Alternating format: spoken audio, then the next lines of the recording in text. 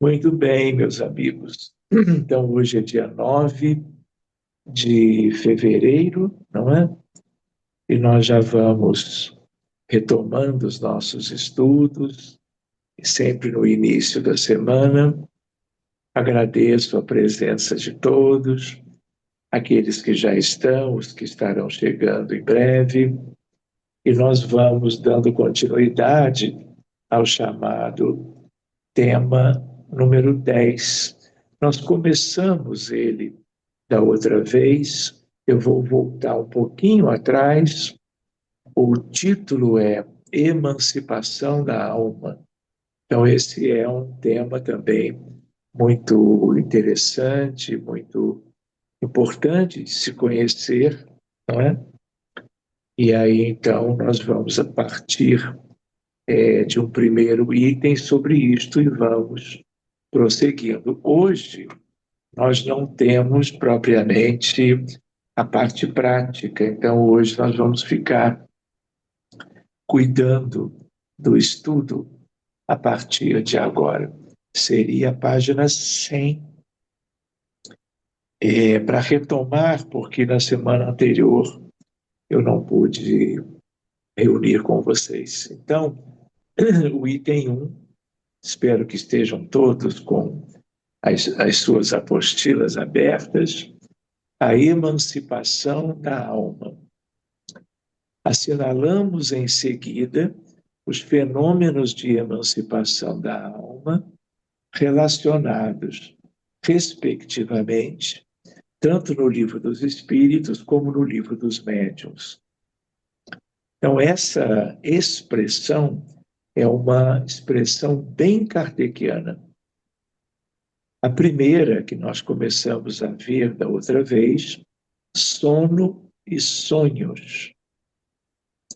Então, esclarece a equipe do Espírito de Verdade ao codificador do Espiritismo: o espírito jamais está inativo. Durante o sono, afrouxam-se os laços que o prendem ao corpo, e então, não precisando o corpo de sua presença, num certo sentido, claro, o espírito se lança no espaço e entra em relação mais direta com os outros espíritos. E complementa: sabes que quando o corpo repousa, o espírito tem mais faculdades do que no estado de vigília. Lembra-se do passado e algumas vezes prevê o futuro. Adquire mais poder e pode entrar em comunicação com outros espíritos, seja deste mundo, seja do outro, no sentido do mundo espiritual, não é outro planeta. O sono liberta particularmente a alma do corpo. Quando dorme, o homem se acha momentaneamente no estado em que ficará de forma definitiva depois da morte. Essa liberdade é recordada na forma de sonhos, dos quais guarda lembranças mais ou menos intensas. Quando o espírito retorna ao corpo físico, lembra-se do que fez e com quem esteve quando se encontrava emancipado. Mesmo as pessoas que dizem não sonhar, sonham. Apenas não se recordam, pois o sonho, entende hoje a ciência, é uma necessidade tão vital ao ser humano como o ar que ele respira. Então, no próximo parágrafo, o sonho é um recurso divino por excelência que permite a qualquer pessoa comunicar-se com espíritos encarnados e desencarnados, sobretudo os que lhe são caros, independente do fato de possuir faculdade mediúnica desenvolvida ou não. É universal esta condição humana. É por meio este que os espíritos visitam e convivem com os encarnados. Os espíritos protetores, em particular, muito se utilizam dos recursos do sono e do sonho para auxiliar os seus assistidos. Ainda que a lembrança das experiências vividas não seja nítida, ensinam os orientadores da codificação. Dois pontos. Em geral, guardais a intuição dessas visitas ao despertardes. Muitas vezes, essa intuição é a fonte de certas ideias que vos surgem espontaneamente, sem que possais explicá-las. É como se fosse uma fonte de intuições que são exatamente as que adquiristes nessas conversas. Então, essa é a parte que nós vimos na vez anterior. Então, agora eu vou pedir para a Luciana cantar duas músicas, e aí, então, nós vamos fazer uma breve oração e retomamos o estudo a partir do período da ocasião que nós deveríamos fazê-lo. Luciana, então, por favor. Alma fraterna recorda os momentos infelizes. Parecem noites de crise em que o céu lembra um vulcão e bombam trovões no espaço. Curiscos falam da morte. Passa irado vento forte, tombando troncos no chão. Os animais pequeninos gritam pedindo socorro, descendo de morro em morro, cai a enxurrada a correr. Mas finda borrasca enorme, no escuro da madrugada, em riscas de luz dourada, vem um novo amanhecer. Assim é também a vida, se atravessa grandes provas, na estrada em que te renova, guarda calma, ativa e sã. Dorme, mas segue e caminha. Vence a dor que te embala, pois a hora se é de tempestade. Há um novo dia. Amanhã sofre, mas serve e caminha. Que assim seja. Não quer cantar mais uma, Luciana? Por favor.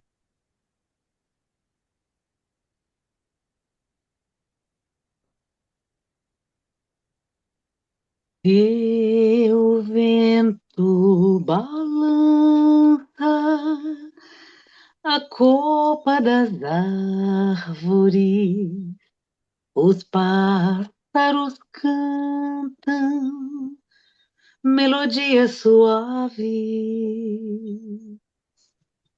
só para aliviar nossa dor, aliviar a dor, só para aliviar nossa dor, aliviar a dor. Vê quanta perseverança uma prece alcança. Os espíritos cantam canções de esperança, só para aliviar nossa dor, aliviar a dor, só para aliviar nossa dor, aliviar a dor. Vê quanta perseverança uma prece alcança. Os espíritos cantam canções de esperança, só para aliviar nossa dor, aliviar a dor, só para aliviar nossa dor, aliviar a dor.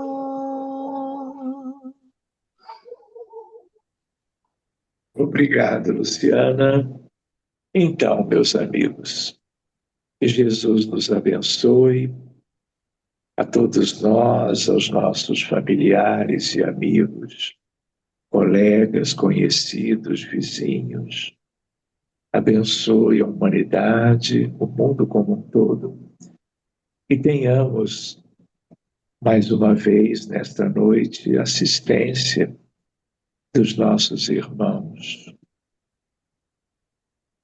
que sempre nos envolvem com as suas vibrações de amor, para que também tenhamos o melhor proveito quanto ao estudo que vamos dando continuidade a seguir.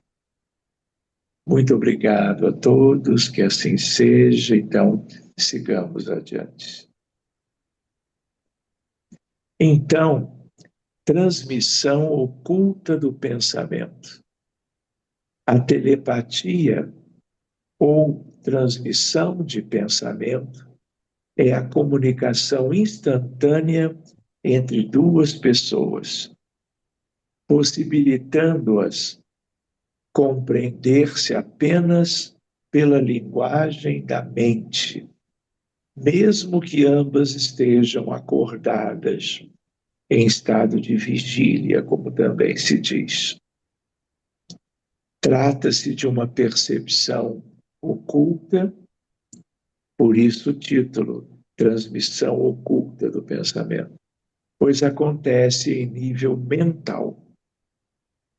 2 pontos. Há entre os espíritos que se encontram uma comunicação de pensamentos que faz com que duas pessoas se vejam e se compreendam sem necessidade dos sinais exteriores da linguagem. É por intermédio da telepatia que muitas ideias são difundidas, comentam os instrutores espirituais. Quando dizeis que uma ideia está no ar, fazeis uso de uma figura de linguagem mais exata do que supondes. Cada um contribui sem o suspeitar para propagá-la.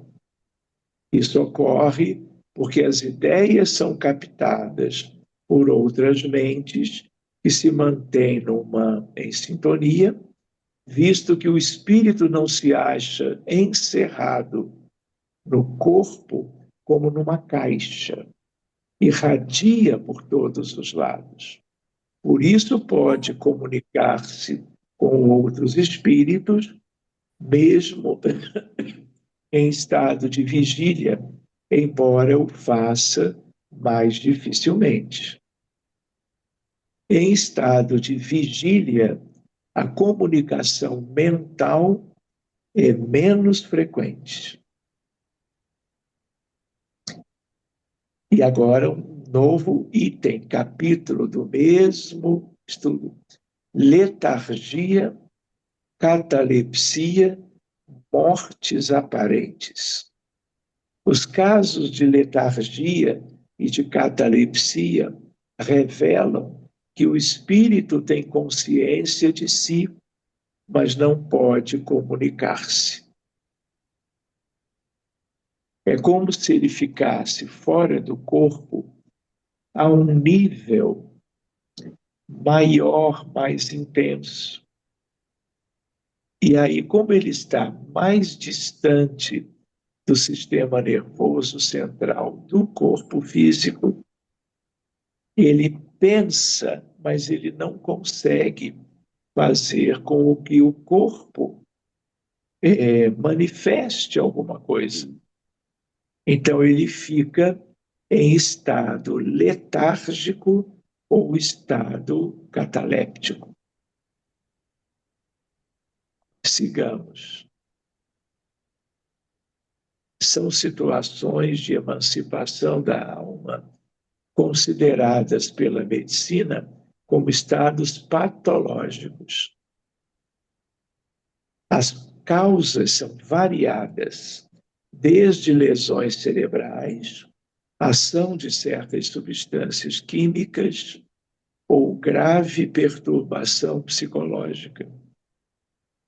Para o espiritismo, é um estado anômalo que pode ser induzido por espíritos obsessores ou por intenso afastamento, desligamento do perispírito do corpo físico, situação que, se persistir, pode levar à desencarnação.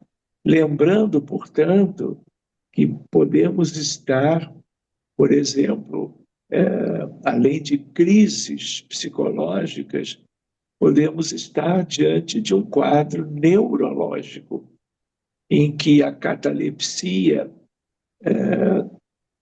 ela, na verdade, ela é uma situação causada por um problema neurológico, patológico do corpo físico.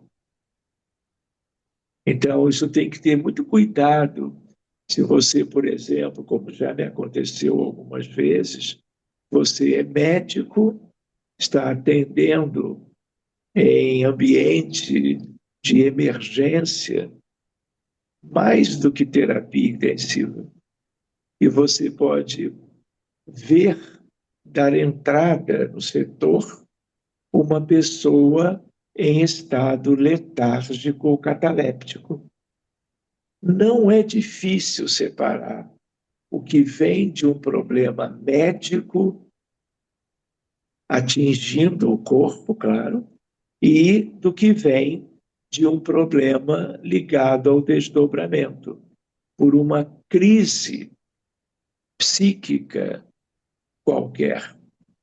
E isso é mais comum em pacientes femininos do que masculinos. Então, vamos adiante. Na letargia, a pessoa encontra-se em uma condição de torpor ou de lentidão funcional. Há imobilidade generalizada e o sono letárgico, que pode produzir a morte. Outras vezes não há sono propriamente dito, ainda que não ocorra qualquer resposta muscular. Nestas condições, o indivíduo sabe o que está se passando. Pode sofrer seus efeitos, mas é incapaz de exercer suficiente força de vontade para a promoção de uma defesa muscular. Perseguidores implacáveis podem induzir o encarnado ao estado letárgico. Ou seja, isso até pode ser espontâneo, mas normalmente, quando há, como costuma haver, sofrimento, isso está acontecendo em função de uma ação negativa, prejudicial da parte de um ou muitos espíritos obsessores ligados a esse encarnado ou a ela. Então, perseguidores implacáveis podem induzir o encarnado ao estado letárgico.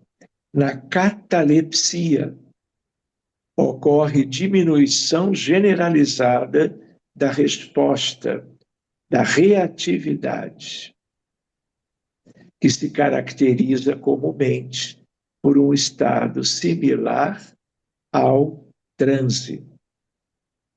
Médicos e enfermeiras, viram, devem ter em mente que mesmo com o paciente em transe, as conversas podem ser ouvidas.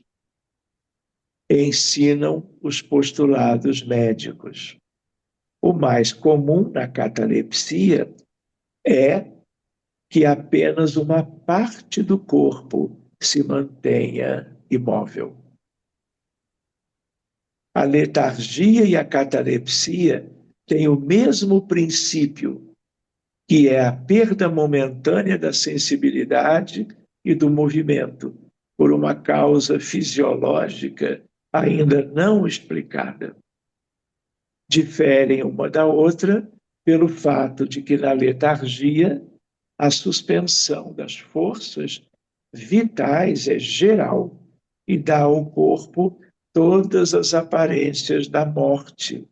Na catalepsia, ela é localizada e pode afetar uma parte mais ou menos extensa do corpo, de modo a deixar a inteligência livre para se manifestar, o que não permite confundi-la com a morte. Então, duas lembranças aqui para compartilhar. Todos vocês já ouviram falar que pessoas dão entrada numa emergência de um hospital qualquer, ou uma unidade, um posto de saúde, saúde da família, completamente inerte. E esse estado de inércia, vamos dizer, cataléptico, ele é tão impressionante que os profissionais podem ter ideia de que a pessoa morreu. Os próprios batimentos cardíacos na ausculta e a aferição dos pulsos podem estar prejudicadas. E alguém pode crer que a pessoa morreu, ela fica fria.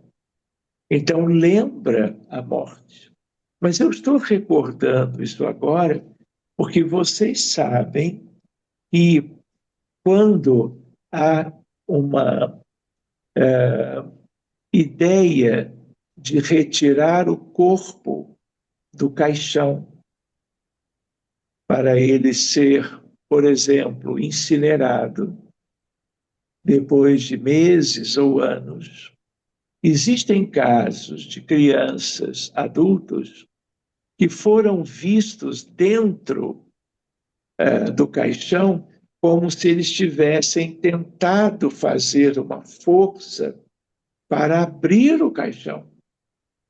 Quando eles foram tidos como mortos, ninguém ficou em dúvida. Mas estas coisas já aconteceram diversas vezes. E, na verdade, não houve maldade de ninguém, houve uma dificuldade de avaliar o que realmente estava acontecendo. Mas o sofrimento é inimaginável. De você estar num ambiente lacrado, sem oxigênio, e você desperta dentro do caixão. Enfim, essa é uma ideia. E existe uma outra que é maléfica, é quando pessoas são colocadas na urna mortuária vivos à força. E aí a reação é semelhante, o sofrimento é semelhante, mas dura todo o tempo desde que a urna foi lacrada. São coisas de um mundo muito primitivo, atrasado, como é o caso da Terra, em que as maldades humanas chegam a certos limites. Ficou claro isso? Então, seguindo adiante. Diferem uma da outra pelo fato de que na letargia a suspensão das forças vitais é geral e dá ao corpo todas as aparências da morte. Na catalepsia, ela é localizada e pode afetar uma parte mais ou menos extensa do corpo, de modo a deixar a inteligência livre para se manifestar, o que não permite confundi-la com a morte. A letargia é sempre natural, tem origem em causa fisiológica ou intoxicação química. Por exemplo, por dependência química ou por tentativa de suicídio, em que a pessoa toma vários comprimidos de uma droga de ação central e ela inibe todas as reações neurológicas, como acontece com várias drogas. Né? Então, essa é mais uma noção para nós. Os barbitúricos, por exemplo, intoxicação barbitúrica, intoxicação pelo fentanil, e dependendo da dose, até benzodiazepínicos podem dar essas semelhanças com o estado da morte. A letargia é sempre natural, tem origem, causa fisiológica ou intoxicação. A catalepsia, em certas ocasiões, é espontânea, mas pode ser provocada e desfeita artificialmente pela ação magnética do passe. Considerando-se que em ambas as condições há paralisia, total ou parcial, a pessoa apresenta um quadro que popularmente foi alcunhado de morte aparente. Vamos ver um pouco sobre o sonambulismo agora. É um estado de independência da alma, mais completo que no sonho, estado em que as suas faculdades ficam mais desenvolvidas. A alma tem percepções que não dispõe no sonho, que é um estado de sonambulismo imperfeito. É situação relativamente comum nos médiuns psicofônicos e psicógrafos, que, em geral, apresentam algum grau de sonambulismo.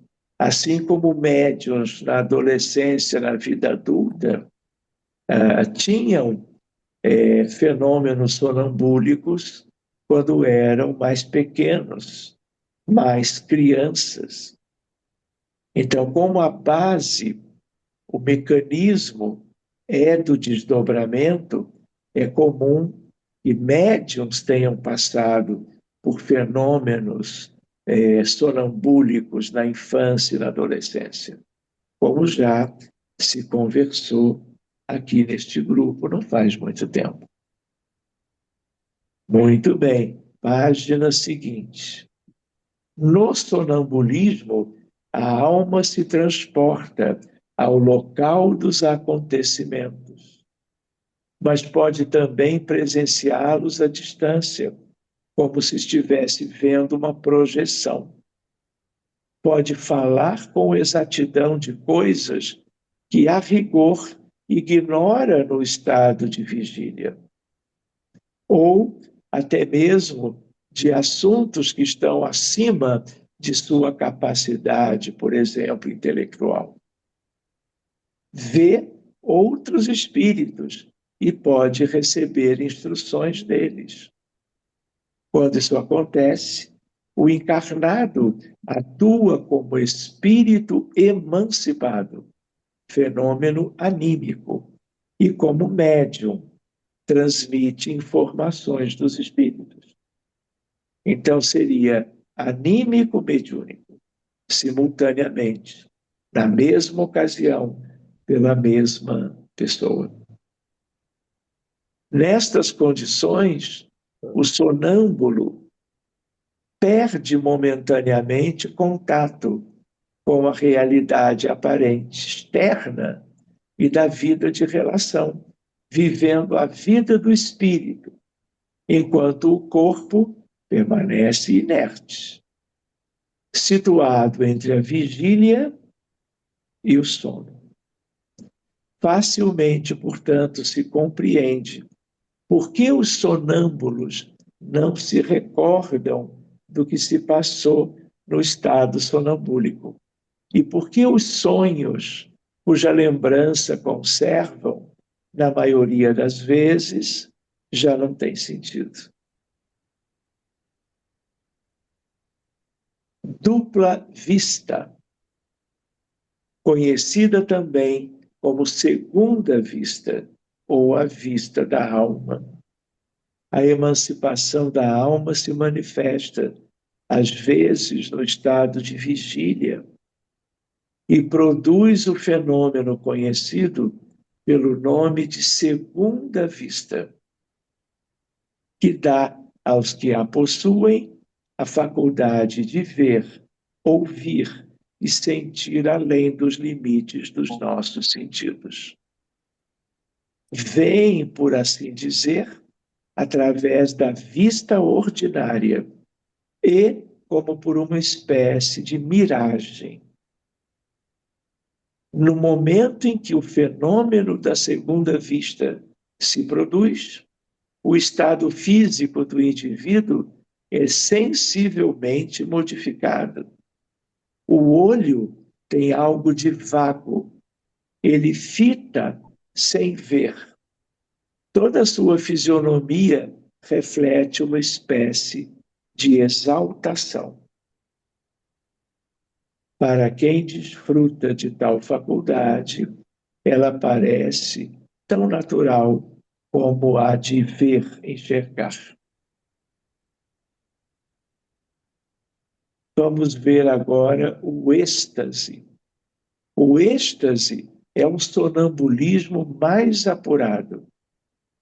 A alma do estático é ainda mais independente. O êxtase é um tipo de sonambulismo no qual a alma visita os mundos. Isso é uma coisa. Ou dimensões superiores da vida. Então, dimensões superiores da vida no planeta Terra, eu posso chamá-las assim, ou posso chamá-las de mundos pertencentes ao mundo espiritual como um todo do planeta Terra. Mas existem casos de pessoas com capacidades estáticas de até irem para mundos distantes daqui. Então, o êxtase é algo que às vezes tem relação com a música, sobretudo a música erudita, de tal forma que duas músicas, para vocês terem uma ideia e lembrarem, foi comentado já antes, né? Uma delas é Jesus, Alegria dos Homens. E a outra, vou tentando lembrar, o Messias, de Handel. Então, o Messias é de Handel e ele a compõe desdobrado do corpo, ficou em estado estático, não se alimentando de quase nada, completamente desligado da realidade por um mês, o tempo da composição. E com Bach, Johann Sebastian Bach, Jesus, Alegria dos Homens.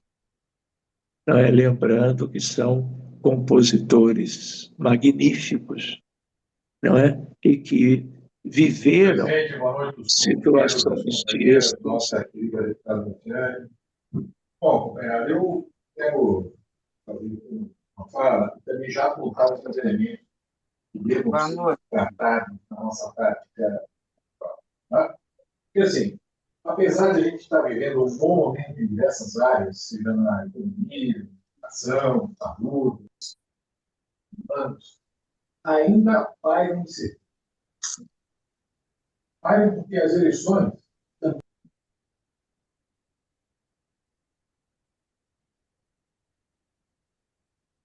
Muito bem. Quem é que estava fazendo algum comentário? Era a Maria, casa da Maria Cecília? Não, Não? não. Quem é que estava com voz masculina falando a respeito de algum tema? Não me dei conta.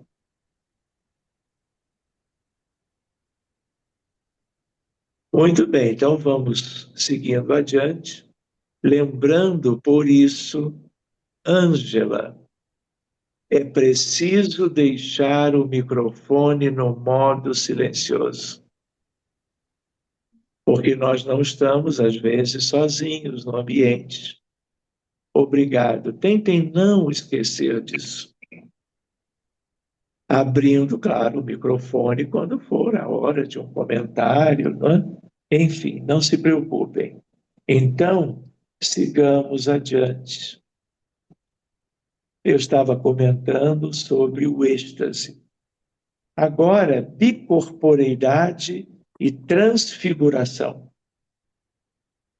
Ambas as manifestações anímicas são definidas em O Livro dos Médiuns como variedades do fenômeno das manifestações visuais. E por mais maravilhosos que possam parecer à primeira vista, facilmente se reconhecerá que não estão fora dos fenômenos naturais. Na bicorporeidade, o encarnado desliga-se parcialmente do seu corpo físico e, enquanto este permanece adormecido em um local, o espírito se desloca no espaço, tornando-se visível em outra localidade. Por isso também é chamado de bilocação. Pois bem, às vezes muito distante de onde está o seu corpo. Logo, logo, ele vai lembrar de Eurípides Barçanufo. Mas a visibilidade pode ser rápida e fugaz, ou nítida e prolongada. Este tipo de emancipação da alma é muito comum quando se aproxima a hora da desencarnação, mas não só. O espírito sente necessidade de ir ao encontro de entes queridos para despedir-se. Vejam só. Entre nós, no Brasil, são notáveis as histórias de bicorporeidade do estimado espírita e educador mineiro Eurípides Barçanufo, que ao sair do corpo tornava-se tangível a outros encarnados. Se era tangível, claro que também era visível, para auxiliá-los em suas múltiplas necessidades. Em geral, as pessoas assistidas desconheciam o fato de que se tratava da visita de um espírito encarnado, materializado, cujo corpo físico encontrava-se adormecido no leito de sua casa, em Sacramento, em Minas, cidade onde Eurípides residia. O desdobramento espiritual leve, isto é, sem tangibilidade, ocorre com relativa frequência nas reuniões mediúnicas usuais da casa espírita, sobretudo entre os médiuns videntes e os psicofônicos. Às vezes, o encarnado se desloca até o local onde um acontecimento está ocorrendo ou se posiciona ao lado do espírito comunicante, fornecendo mais tarde detalhes do que percebeu no ambiente espiritual da reunião ou fora desta. Em outras situações mais comuns, o encarnado sai do corpo e assiste a uma projeção de acontecimentos ou fatos transmitidos em uma tela muito semelhante à utilizada nas projeções de multimídia ou de cinema.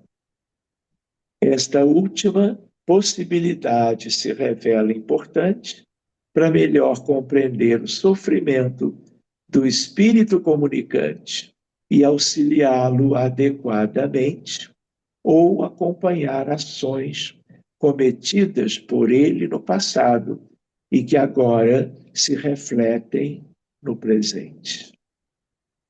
Reparem que há uma diversidade de possibilidades de manifestações e que todas elas têm a ver com fenômenos de emancipação da alma.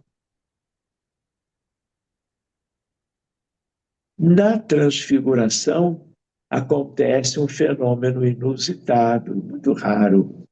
Consiste na mudança de aspecto de um corpo vivo. Em outras palavras, a aparência e a expressão fisionômica do encarnado mudam repentinamente, adquirindo outras características.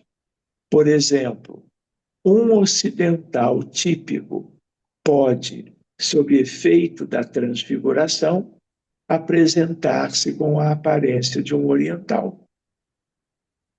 Ou o jovem pode modificar a expressão fisionômica e corporal, assemelhando-se a um idoso.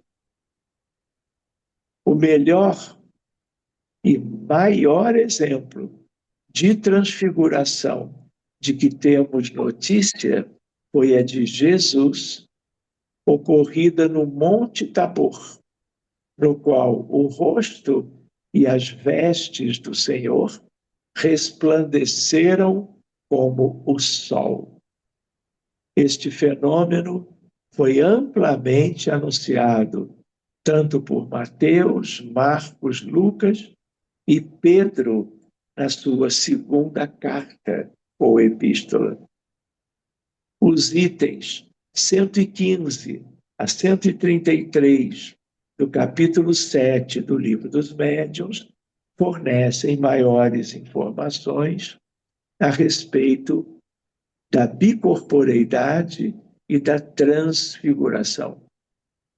Uma excelente obra sobre isto é Antônio de Pádua, publicada pela FEB. Então, meus amigos, com isto, nós concluímos o que é o tema número 10.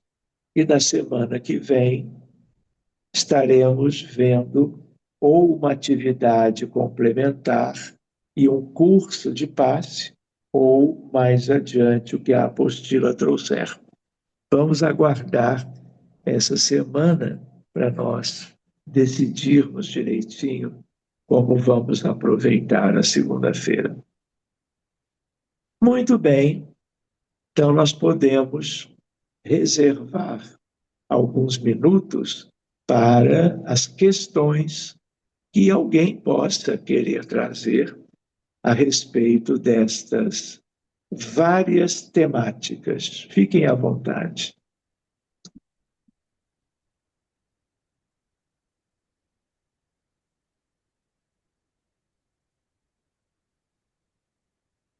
O texto é muito claro e lembrando sempre estamos diante especialmente do Livro dos Médiuns, mas também do Livro dos Espíritos. Os dois livros trazem essas coisas para nós.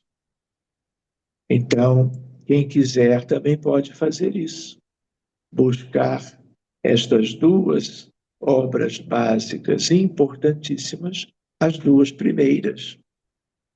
O Evangelho segundo o Espiritismo veio logo depois, não é? Então, alguma questão para trazer para o nosso estudo da noite? Eu tenho uma pergunta. Pois não, por favor. Obrigado. Essa bicorporeidade era a mesma coisa que o padre José de Anchieta também tinha, quando ele aparecia em dois lugares diferentes? Era. E era também uma vivência que ficou conhecida de Dr. Eurípides, que estava, às vezes ele estava dando aula para os alunos no colégio Allan Kardec, e ele entrava numa espécie de transe e ele ia atender um paciente em casa. Incrível. Vejam só. Outra coisa que ele também participou, bem curioso também, ele desdobrado foi a Versailles, que fica perto, nos arredores de Paris, e assistiu desdobrado à assinatura do Tratado de Versailles, que pôs fim à guerra. Vejam como as coisas existem e são possíveis, não é? Mas são situações especiais. Aliás, especiais às vezes, porque vivenciadas por pessoas notáveis, mas elas podem e são frequentes, ou mais frequentes do que quando se tornaram notáveis, porque são fenômenos humanos, como os fenômenos mediúnicos também são. Seja psicografia, psicofonia, evidência, audiência.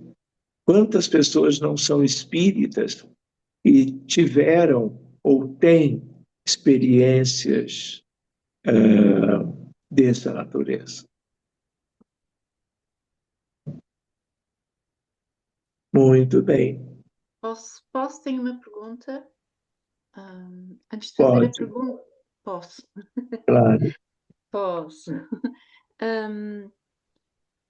No passado, portanto, nas lides espíritas, portanto, em Portugal, eu já ouvi alguns palestrantes propor a ideia de que Lázaro não chegou a desencarnar, mas sim que esteve num estado cataléptico e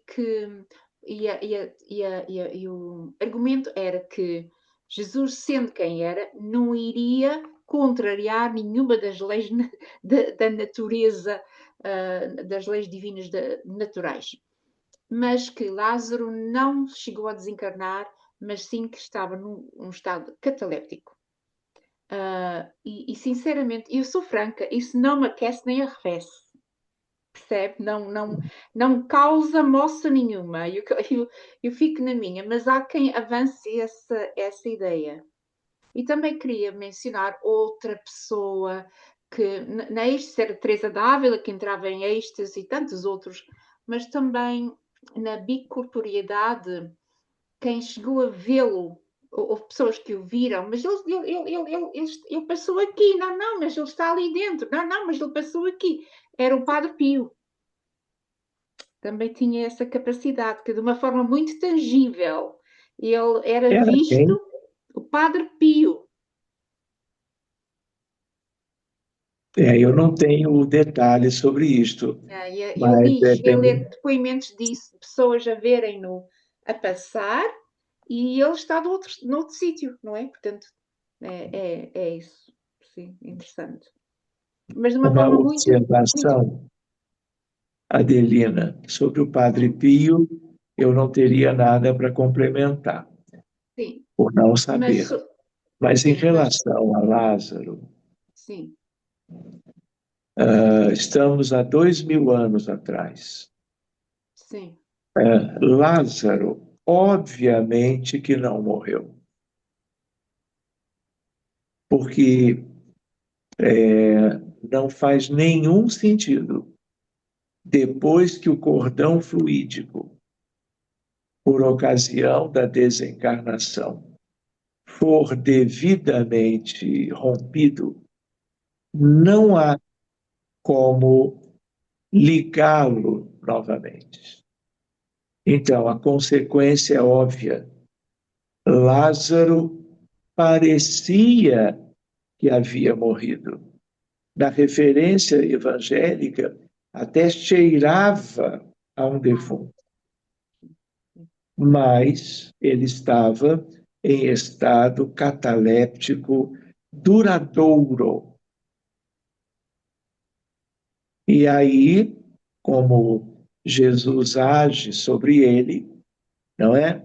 Tira ele do estado cataléptico, de emancipação da alma, e ele volta para perto do seu corpo, como normalmente sempre fora, e aí então ele mostra como se estivesse renascido.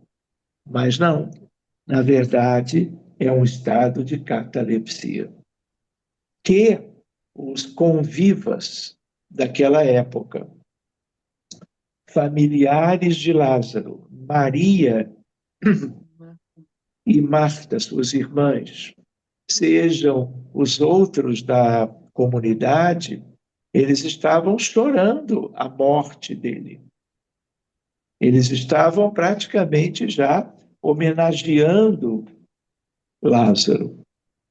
Então, para todos os efeitos, ficou por muito tempo a ideia de que Jesus ressuscitara Lázaro. Mas não foi isso que aconteceu. Então, por essa ordem de ideias, a mesma coisa teria acontecido com aquele espírito que hoje conhecemos como Celina, não é? Portanto, a menina que morreu e os pais, portanto, o pai foi chamar o Jesus e ele disse, não, ela dorme, e depois ela levanta-se e Jesus diz, dá-lhe de comer. Não é? Já estavam lá as carpideiras a carpirem a morte dela, etc. Tem um caso semelhante, imagino eu. Seria o mais emblemático, foi claramente Lázaro. Enfim, então, Obrigada. de nada, dona Adelina. Então, vamos nos preparando. Eu vou pedir, então, para a Luciana, deixa eu ver se ela está conosco. Está. Para ela cantar mais 2 músicas, e aí nós concluímos o nosso encontro de hoje. Tá bem? Um pouquinho mais cedo do que o normal, até porque também eu tenho uma outra reunião a seguir. Tá bem? Luciana, tudo contigo, por favor. Há momentos na vida ninguém se encontra, ideias se chocam, homens discutem e palavras agridem. Guerras explodem, caridade esquecida, gente sem rumo, gente perdida, esquecidas do amor. Ame mais que o amor é uma corrente, você é o elo que unirá toda essa gente. Ame mais que o amor é uma corrente, você é o elo que unirá toda essa gente. Há momentos na vida ninguém se encontra, ideias se chocam, homens discutem e palavras agridem, guerras explodem, caridade esquecida, gente sem rumo, gente perdida, esquecidas do amor. Ame mais que o amor é uma corrente, você é o elo que unirá toda essa gente. Ame mais que o amor é uma corrente, você é o elo que unirá toda essa gente.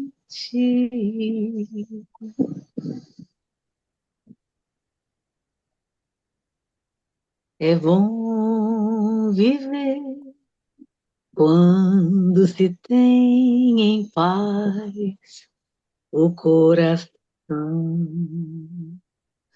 Você, como eu, que é também feliz, aprenda esta lição. Quando se aborrecer, leve o seu pensamento a Deus, nosso Senhor. Põe um sorriso em cada dor e ajuda o seu irmão. Somente assim é que você verá como é bom então viver. Quando se tem a paz e o amor e Deus no coração. Somente assim é que você verá como é bom então viver. Quando se tem a paz e o amor e Deus no coração.